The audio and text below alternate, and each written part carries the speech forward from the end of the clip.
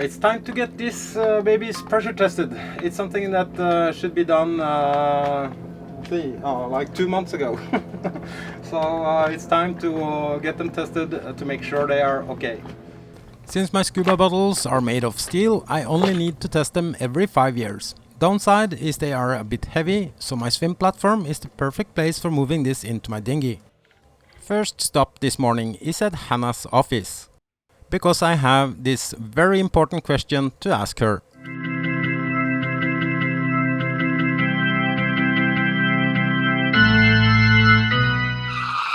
Can I borrow your car? Maybe. Let's see. Behind the scenes. Not just you, it's me, 'cause I was made to be free.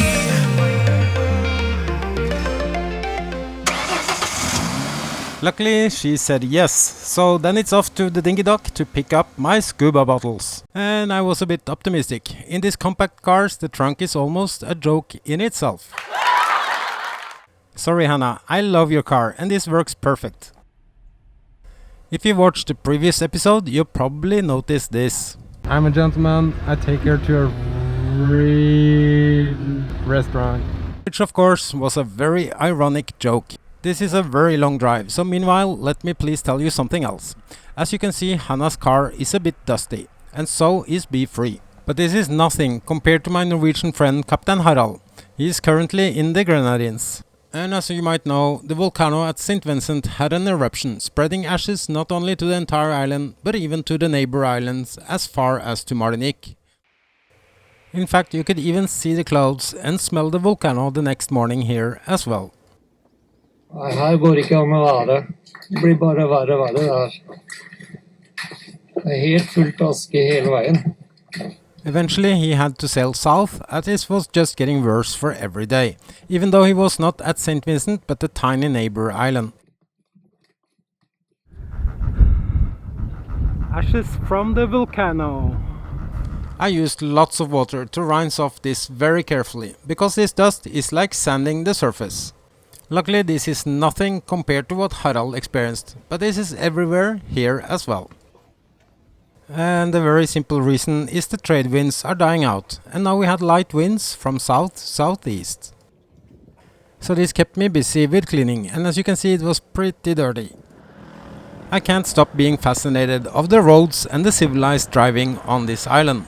And since I'm almost there, I take you with me in the car again. Eyes on the road, don't lose control. I'm speeding fast to chase my soul, I'm driving. And thankfully I managed to find a company that does pressure testing on scuba bottles. Nautica Air Service is the only one on the entire island, and it costs €75 per bottle. It's located close to the airport. I'm very happy to find this friendly and helpful gentleman, and if you ever been in the Caribbean, you know sometimes even the smallest things can be a challenge. I waited 2 months for the same service in Grenada, but gave up and found out it was a company at my next destination, where I am right now. And since I don't have any compressor on board, I carry 3 bottles and always save one full for safety backup, in case I need to dive to fix something or untangle my anchor. It's so much rubbish on the seafloor, and now and then you can be unlucky tangled up into an endless chain like here, or even a sailboat. It's like a spiritual cleanse where every mile is a new beginning and every bend holds a new end. Back on the road again, as I have one last thing to do. I have lots of toys for making videos for you guys. Unfortunately, living on a boat is not the best environment.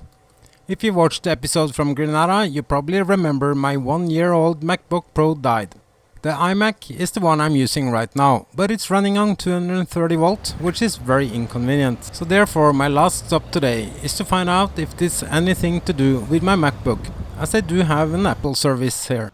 Sadly, it turned out to be the motherboard that was fried. It will take time and money to fix. So looking at new models of MacBook Pro was too tempting, so I bought a new one. But that's what we do.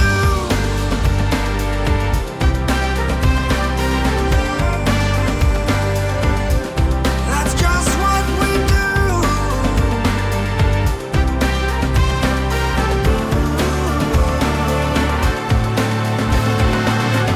Last weekend Back home on board Be Free again, it was dinner time, and I had some leftovers that made a nice wrap. That we are making progress. One of us makes When you live on a boat, you have to carry everything on board, but also carry your garbage off your boat and deliver it to an approved place. Sometimes this costs money and sometimes it's for free, like here. I think it's a good solution to have a well-organized place for free. Then you at least have control of the garbage and where it ends. And not in the mangroves like other places I have seen here in the Caribbean. On my way back home, I wanted to take a detour, as I had heard some rumors about the old pirate ship. There is a lot of funny ships here in the Caribbean, like this one I filmed from St Lucia a few years ago. And in the mangrove lagoon, where we also anchored last year, there was a similar but more tired version with some funny people on board. Rumors had it that Martinique unfortunately recently got another sad sight, so I had to check it out, and man do I feel sorry for the people that had this as their home. It's a long time since this one was seaworthy, and I have to admit that I was a bit skeptical in how long time it was going to stay afloat, even 2 years ago when I first saw this one.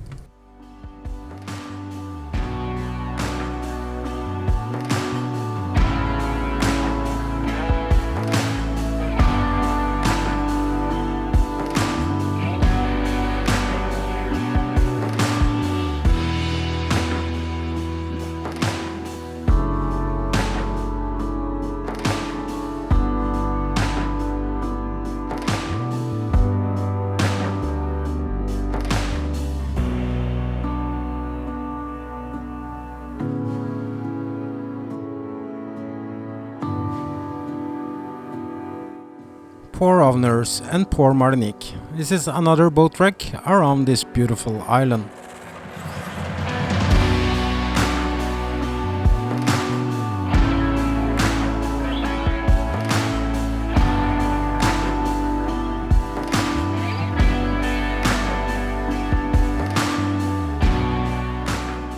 Heading back to Be Free, as I could read the clouds that we soon would be in for some interesting weather.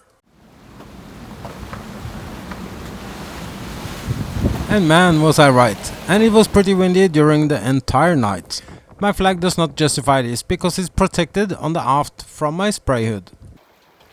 However, it has been quite broad variations in the weather lately, but mostly pretty nice. I'm gonna give you a glimpse of the variations here. you and I, we got it. We don't need no more. Even in the hard times, you and I can weather any storm. Before I sleep, hear the crickets, see the moon. Side by side and through. No limit to what we can do. Oh, we know what we have, let's hold on tight. Found what we're looking for in life. Call us crazy, but things are finally right. With you and I, the future is bright.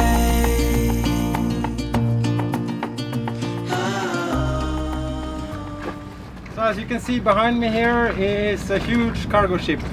Arrived just a few minutes ago, and they are picking up sailboats that's going to be shipped back to Europe. The very same ship was here last year, and I talked to lots of sailors that had given up on their dreams, ready to ship their sailboat home. I was even considering to sail non-stop back to Norway single-handed, as it was closed everywhere. But as I said before, sailors write the schedule in the sand on low tide, and I still believe my decision to not give up my dreams was good. So the situation here in Martinique right now is that they started with lockdown again, which means I have to fill out a form online to be allowed to walk around on shore. Grocery stores and some others are still open though, and it's curfew after 7 o'clock in the evening to 5 o'clock in the morning. So it's a little change from last episode. End of next week I'm gonna start with the refitting on my riggings, so I hope the lockdown will not delay this, but I will find out. So that is just to say thank you so much for watching. I really hope you enjoyed this episode. If you haven't already, I would be happy to see you subscribe. All the best, take care, stay safe, stay healthy.